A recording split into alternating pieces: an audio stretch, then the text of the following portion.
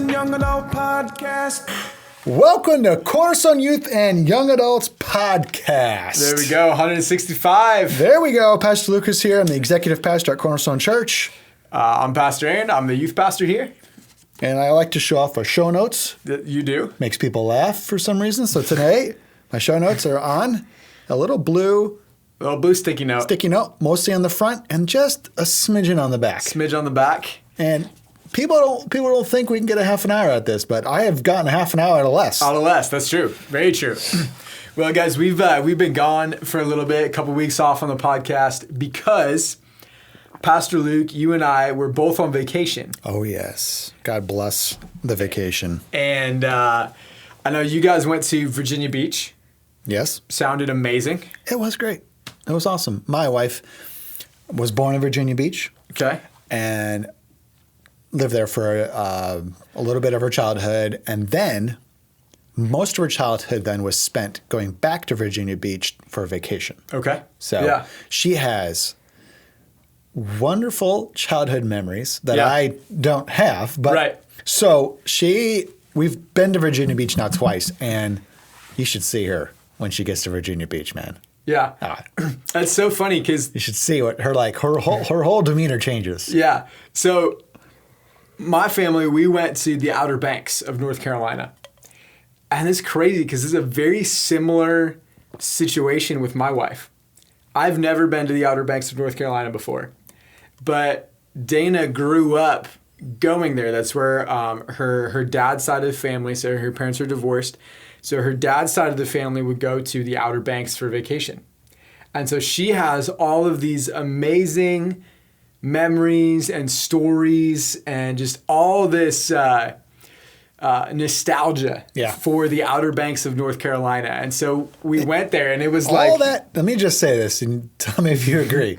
All that nostalgia makes it better than what it really is. Yeah, absolutely. Right. Yeah. And so going there with her family, like it was, we went with her whole family, her dad, her stepmom, her brothers and their families. We had a giant condo right on the beach and it was great time. It was awesome watching her just, be there and get in that vacation mode and get to do, she took me to do some of the stuff that they grew up doing. Some of it I was really bad at, but we tried it anyway. Yeah. Okay. Loved doing it. Boogie boarding? Yeah, I was terrible at it. Really? Oh, yeah. I was trying so hard. And I think so when we were there, I'll preface what I was about to say with this. There was only 2 days where we were allowed to go swimming while we were there. And when there was those 2 days, there was still a single red flag up on the beach. Red flags. We had red flags too. Every other day that we were there was a double red flag with the no swimming flag. So it was only those 2 days that we were even allowed to swim. And in those 2 days, I think I got maybe 7 times, 6 or 7, where I successfully rode a wave in all the way to the shore. And my wife was doing it every time. She'd hop on a wave and just cruise right in, and I kept falling behind and sinking back in the water. And she'd be like, "What's going on?" I'm like, I don't know what's going on. It's bone density. So we had red flags too because it was high wind. Yeah. One day we were at the beach and we could only stay out there for about 2.5 hours because there was such strong winds. Yeah. It wore us down. Oh, yeah. It wore us down. Yeah. But that was still a single red flag day on the ocean. And so we still swam. We still had a good time. Yeah. And we had a great time on vacation. It sounds like you guys had a great time too. Absolutely. We were driving home from vacation and it's an 11-hour drive, I think, maybe 12. Yeah. And we were a little over halfway home and my wife's like, "Do you want to do this every year?" And I was like, I don't know, the drive. It's just, I don't know if I want to do this drive every summer. Yeah.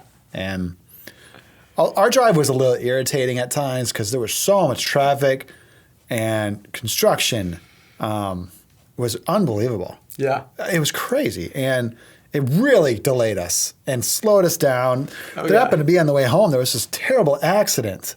No. We were pretty much stopped for an hour. Oh, man. And we weren't even that far into the adventure home. Dude, that's so frustrating. Yeah, it was frustrating. It really was. I was like, oh, man, I don't know. I mean, I love the ocean. I think I'd rather fly to Florida. Yeah, You know, right. I don't know, but we saved money driving and doing all Oh that. yeah, But yeah. So we drove. Obviously, this is the first time that we had taken Sadie. She's almost 11 months, on any road trip remotely close to, this amount of time. So we did in 2 days. I think you guys did your drive in 2 days as well. Yeah. But we got so lucky with our traffic. Only twice we hit like 10 minutes of traffic. Man, you did get lucky. I don't know how you. I don't know how we did that. No, I don't know either. But once in I think it was in Virginia. It might have been in North Carolina, somewhere in like the mountainous area of either North Carolina or Virginia. I can't remember. It all kind of blends together. And then once when we were actually like back home in Michigan, like just a little south of like Monroe or something, I think, on 75. That was it. Red flags.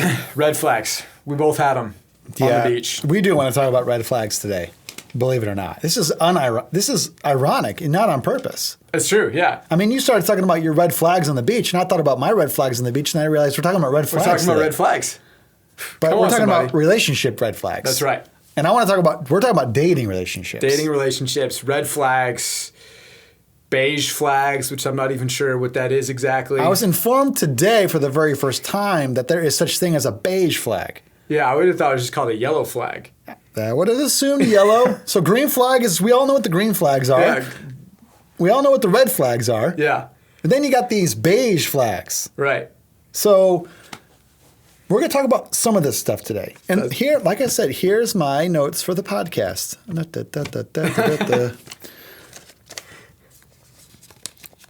You ready? I'm ready. I'm waiting. I know. First question. I mean, we're going here. We're going. Maybe we should start with our our resume. Okay. Yeah. So like what I mean is, I've been married for a little over 17 years. Yeah. My wife and I dated though for about 4 years, Yeah. and one of those was engaged. Yeah. Still consider that dating. Yeah, for sure. And then now we've been married for a little over 17 years. We got 3 kids. We're happily married. We love each other very much. And I think I'm qualified. I think Yeah. I'm qualified for this conversation. I think so too. Because I think I've had bad dating relationships. Yeah. I've had just normal dating relationships. Yeah. And then I've had a great dating relationship, and that was with my wife, Jen. Come on. So when I say I had bad, I mean there was red flags. Yeah. Right. So I've seen it all in my own personal life. Come on. And so what's your resume? Yeah, so me and my wife have been married almost 4 years. It'll be 4 years next month. We were dating before that a little over 2, maybe 4 months or like 2 years or 4 months or something like that, including about a year of being engaged. And yeah, I actually, before my wife, I only dated one other person before I started dating my wife, Dana. It obviously did not end well. So to talk about that. But yeah, that's my resume. Okay. There you have it. So let's do a little bit here. Let's start this off by defining like what's a red flag, what's a green flag, and what's a beige flag. And I can kind of give my opinion really quickly. So just the simplest, most basic thought when you think of red flag. I mean, in my opinion, red flag means stop. Stop dating them. Yeah. Stop everything. Yeah. Now, beige flag, though, in my opinion, means we can work with this. Yeah. Yeah, I totally agree. We can work with this. I think it means proceed. Yeah. I don't even know if proceed with caution is the right, but just like we can work with this. I think that was a good term. Work with this. Yeah.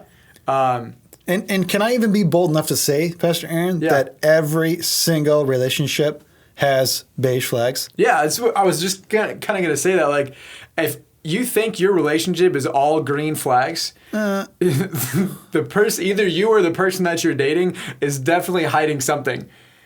Yeah, or you're just love is blind. Yeah, could It's be a that classic too. statement, right? And it can be so true. Yeah. Love is blind. I guess so. I guess it's okay if love is blind. I mean, because you can proceed with beige flags.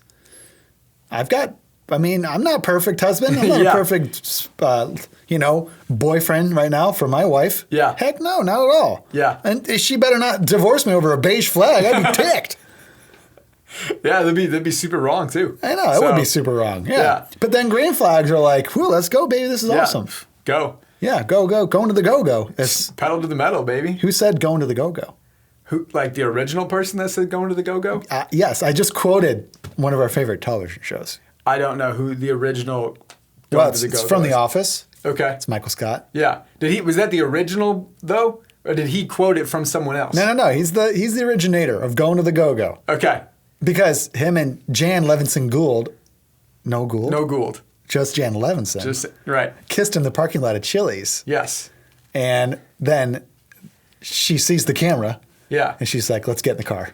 And he's like, go into the go-go. Right. I thought he was All that nervous energy. I thought he was quoting someone else. No, I don't think so. But maybe not. I could be wrong. That's really funny. I literally just watched that episode of The Office. Going to the go-go. That's Michael Scott. So, yeah, those are kind of red, beige, green flags. Okay, so, like, maybe we could decide right now, like, what are some red flags? What are some red flags? And I think about, I can only really think of, like, my own personal red flags. Yeah. So, I've been thinking about, like, red flags that I saw in previous relationships and even red flags with who is now my wife. Yeah. There was a red flag Yeah. Okay. in the relationship. So what do I mean by that? Well, we had been I'll explain the red flag. We had been dating for, I think, about almost 2 years. Okay. And I really wanted to get more serious. We were very casual in our dating. Most of our dating, when we would go out on dates, most of the time we were with groups. Okay. Yeah. We wouldn't prefer each other on the weekends. Okay. So, what are you doing this weekend? Actually, I'm going out with some of the guys on Friday, and we were going to do this on, after church on Sunday. Oh, have a great weekend with your friends. Yeah. Gotcha. Yeah. Maybe we can hang out a little bit on Saturday. Yeah. So, like, we're talking wouldn't you say it's pretty casual? Yeah, for sure. Pretty casual. And honestly, like, I was really in love with her. Yeah. And so I was like, I'm really ready to prefer each other more and be more serious. Yeah. And so we were out, and I had really poured out my heart to her, and I told her what I was really wanting, and she said she wasn't ready for that. Wow. And I was so, like, devastated Yeah. that I said, you know what, then? See you later. Wow. And so she just stormed out of the car and slammed the door. Yeah. And that was it. That was it. But that really, in my mind, and I think it was the right move because, I don't know, maybe a month later, something like that, she called me. Yeah. And she realized she was being dumb. Yeah. And she just rejected all that because she was scared. And that's really not how she felt. Yeah. She just was scared. Right. So we got back together. But it was a red flag. Now, why? Well, the truth and reality is that I had thoughts of marrying her. Right.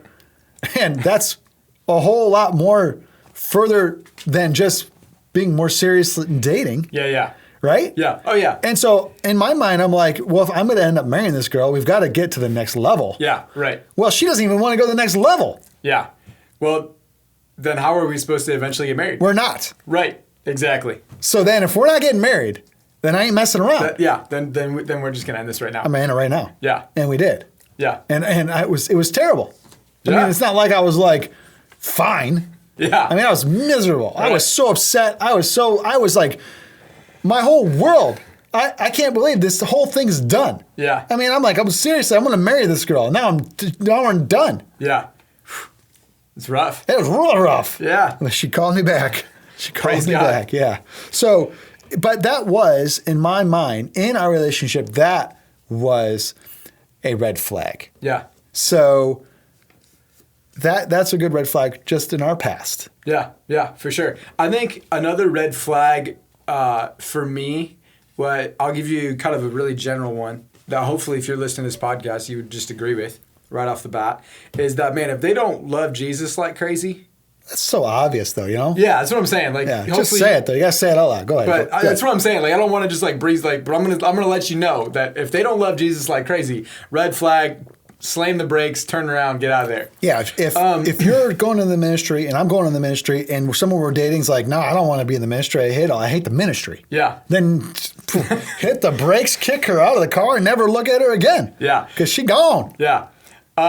So here's was another one for me, was that if they weren't aligned with what I believe was the call of God on my life, then that was a big red flag for me. And that was actually one of the big reasons that the girl that I dated before my wife, that me and her broke up. Because I knew since I was a young boy that I wanted to go into full-time ministry. I mean, and this girl was a Christian. She loved Jesus. Like, there was like nothing where she has, this secret double life where, she wasn't following the Lord or anything like that. But she's just like, man, I don't see a future in the ministry. And so we were dating for a little bit, and I had brought that up. I said, hey, man, this is what I'm going to do. And she kind of let me know that's not how she felt or what she wanted for her future. And I said, well, this is not something that I'm going to bend on or compromise on, because I know that God's called me to do this. So if you don't want to get on board with this vision, then we're going to be done. Yeah. Yeah, totally. And I would say there's tons of red flags, and they're all, some of them are really obvious. Yeah. Some of them are really kind of the tiny minutia of life, so to speak. Yeah. And I mean, the obvious ones, if they're a serial killer, get away, but I don't think people need that advice, right? Right. But there can be red flags that you want to ignore, but you can't ignore them. Yeah. You can't ignore them. If one of the people in the relationship is lazy, that in my opinion is a red flag. Mm-hmm. Won't work, refuses to do things with their life. Yeah. Has no I feel like they have a purpose or a vision or a plan. Mm-hmm. Nothing like that going on. Then that's a big red flag. Yeah. And I would have serious conversations. Yeah. And I think that's a really good red flag, because the Bible even talks about that red flag, that, man, if you're supposed to be a part of the church, if you're providing then, or if you're not providing, if you're not doing the work of God, then the Bible says that you're worse off than an unbeliever. Mm-hmm. If you're claiming to be a part of the church, but you're not doing anything with your life. Yeah. And so if the Bible says that and has a really strict warning against it, probably I should too. Yeah. So along with explaining some of these red flags, we're kind of answering the next question, which is, what are some non-negotiables in relationships? Okay. And I would say right off the bat, you've got purity is right up there. Yeah. Committed to church is right up there as a non-negotiable. Having a love for Jesus Christ is a complete non-negotiable, and going to work as a man. Yeah.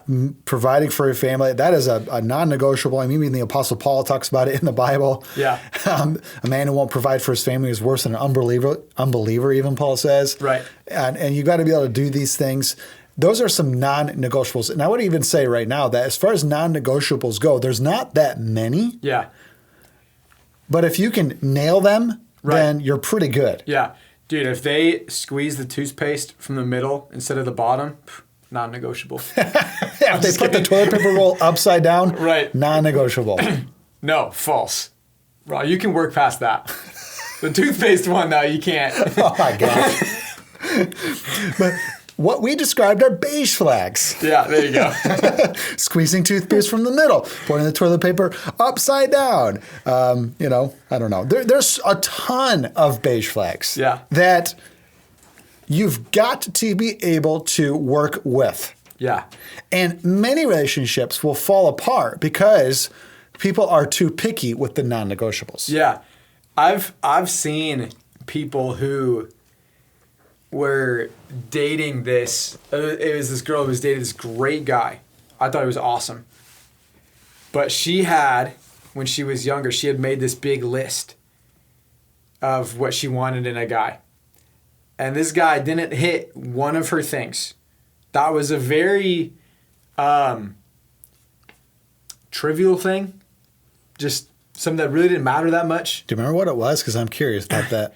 I don't remember exactly what it was, but I remember her telling me and being like, "That's what it was." Like his eye color or something? Yeah, it was something. I remember it was something about the way that he looked, but it was like not like his looks. Like it was like one thing about how he looked, and I was like, "That was the thing." Huh. But it was like, well, he didn't hit every check mark on the list, so she dumped him, and I was like, that seemed like a bad decision. Yeah. Yes. I wouldn't advise that either. Yeah. Neither would I. She could do whatever she wants, but Yeah. I'm not losing sleep over it. But like, I wouldn't advise that. Yeah. Personally. Right. And so there's those things where I'm like, you're never gonna meet a perfect person. The only perfect person there ever was Jesus. Yeah. I wonder too, Pastor Aaron, if people are making the wrong list. Yeah, I think they are. I think you should have a list. Yeah. But it probably doesn't look like the list you're making. What do I mean by that? So I completely forget like height, weight, eye color, skin color, hair color. Forget all that. Yeah. Like, because it all fades as you age. Yeah. What you really should be writing down is like man or woman of God. Yeah. Zeal for the house of the Lord. Yeah, there you go. Passionate prayer life. Yeah. Loves to, I don't know, cook and clean. I mean, like, that's more important than that her butt. Yeah. Yeah. Just saying. Yeah, absolutely. Like, there's things, there should be some things in the list. I mean, I'm not saying loves to cook and clean, but maybe will cook and clean. Yeah. I mean, I do some cleaning. I don't do much cooking. I like to grill. Yeah, there you go. I will cook. Yeah. But my there's some complaining in the house when I do. And there's fear too. No. But like there should be a list of things, but it's probably different from what you're writing out. Yeah. I don't know, like loves children. Yeah, there you go. Yeah. What if they can't have children? See, there's the difference. Yeah. Because maybe you don't even you find out they can't physically have children. That though is not a deal breaker. No, that wouldn't have been a deal breaker at all for me and my wife. Because you can adopt, something like that. But do they love children? Yeah. And just some of those things are more important. Yeah. Temper. Oh yeah, that's a big one. It's way more important than jawline or straight teeth. Yeah. Right. It's just saying, like you gotta, when that fist is coming at your head, you're not gonna be worried. Oh man, I just wish those teeth were straight. Right. Good thing at least he's got that good jawline. Yeah. This punch, I can take this hit because that jawline is on point. Right. I'm just saying, like there's some things that are just way more important. Yeah. And I when I was youth pastor, I noticed that students were making lists. Yeah. And I discouraged it. Yeah. Completely discouraged it. Yeah. Because you're really narrowing down, I think, what could possibly have been one of God's best for you. Yeah. Yeah, I think so too. And I think I loved what you said that there should be things that you look for that are non-negotiables that can be on that list, but it's way different than the list that most high schoolers have written out or thought of. I think one of the things that so attracted me to my wife was the way that she had a genuine care and love for people, especially people that a lot of other people didn't.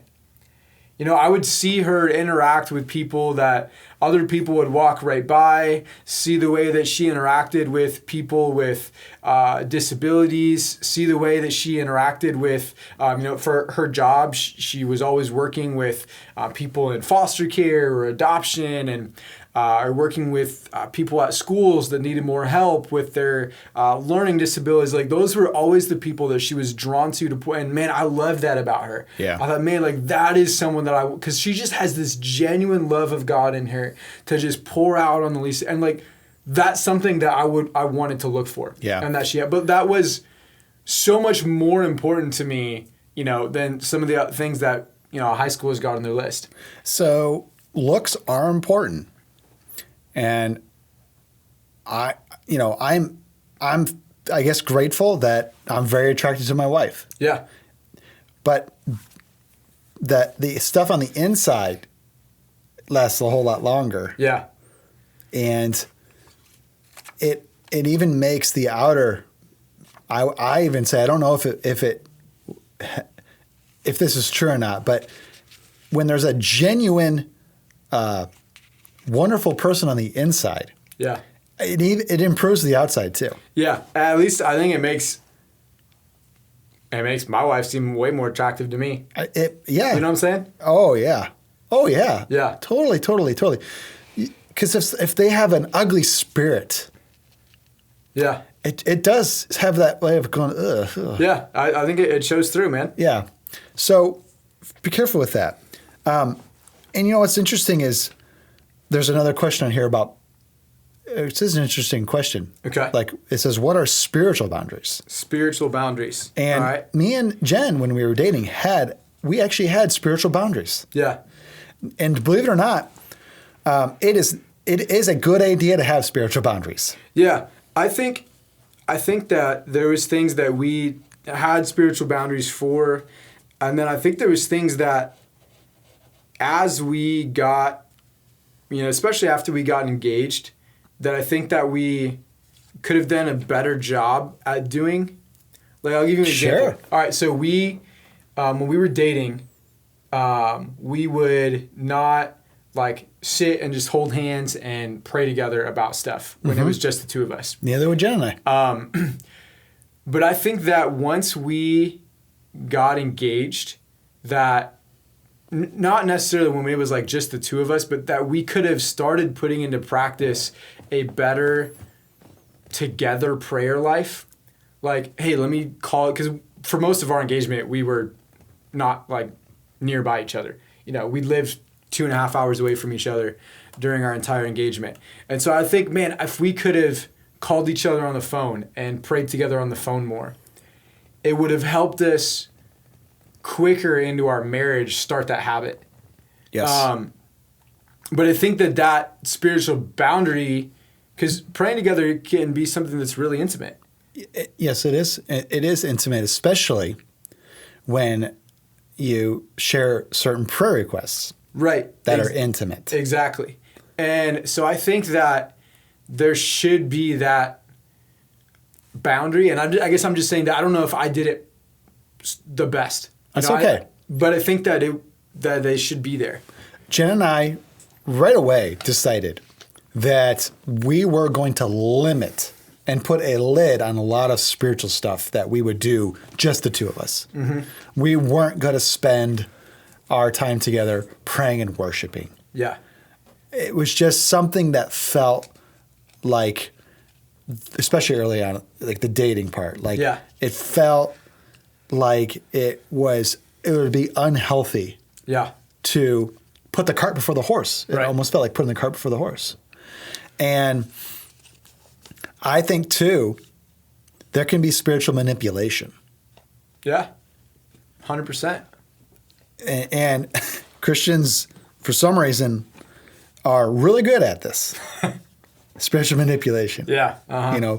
The Lord told me we were going to get married. I was in prayer. The Lord told me we were going to get married. Like, you've really did a number on that person when you say something like that, because if you don't get married, then God lied, right? Or what do you do now with that? So like, you got to be careful with spiritual manipulation, and I would really warn and just heed you to say, pray together when you're engaged and married. Worship together when you're engaged and married. Share those intimate prayer requests when you're engaged and married. Yeah. And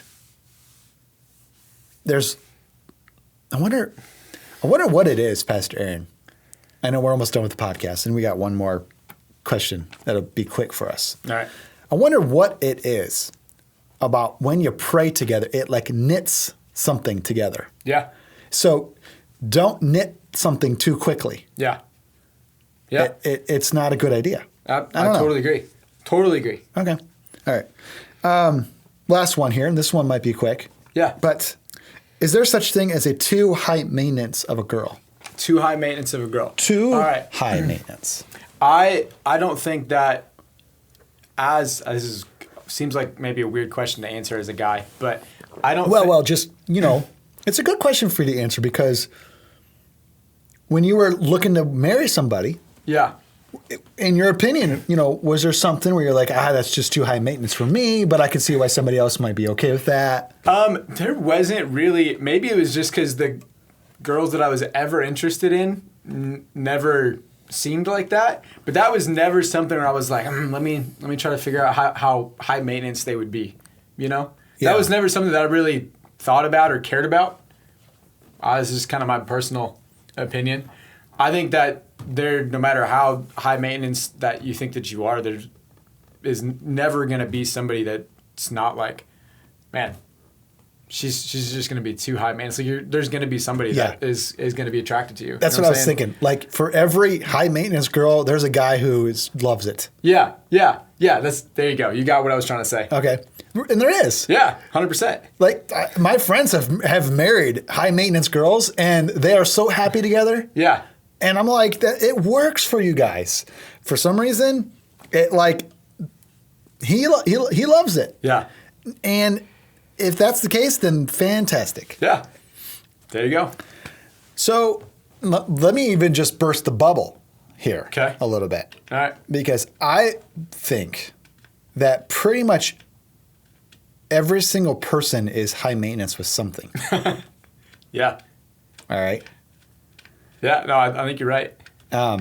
So I get high maintenance when football season starts. Right. Yeah. You get high maintenance when hunting season starts. It's true. So, but to others that looks like low maintenance kind of guy. Right. Oh, just a jock, or just a hunter, like right. A hunter gatherer. Yeah. You're low maintenance. You don't need nothing but a tent and a rifle. Well. See, it is high maintenance if you get into it. Yeah, I mean, if you get into it, it's high maintenance, Yeah, you can ask my wife. I'm sure she'll tell you. I'm serious. Yeah, I really think most people, everybody, I think is high maintenance with something. Yeah, I agree. So I didn't disagree one bit. Oh, that's interesting that you agree with that because it's kind of a hot take, I think. I think it probably is a hot take, but I don't disagree with you. I think it's very accurate, and I think that if you are so scared about somebody being high maintenance in any area that scares you away, that maybe you got to do some work on yourself before you want to get into a serious relationship. Maybe. Huh. I think that concludes our podcast. Wraps it up. It does wrap it up. Puts a nice bow on it. 165. Yes. Wraps it up like a nice tortilla. I was going to say a box of chocolates. How would you describe this podcast then? Would you describe this podcast as maybe not a tortilla, but maybe a tamale wrapped in the corn? Dude, I love tamales. Bro. Hot take, tamale is one of the best Mexican foods there is. And hard to find. And it's hard to find a good one. Yeah. But when you find a good one. Maybe this podcast was like a nice, fresh, homemade tamale. There you go. Praise the Lord. Praise God. It's been great to be with you today, audience. See you guys in the next one. Yep. Catch you on the next one. Bye. Youth and Young Adult Podcast. Youth and Young Adult Podcast. Youth and Young Adult Podcast.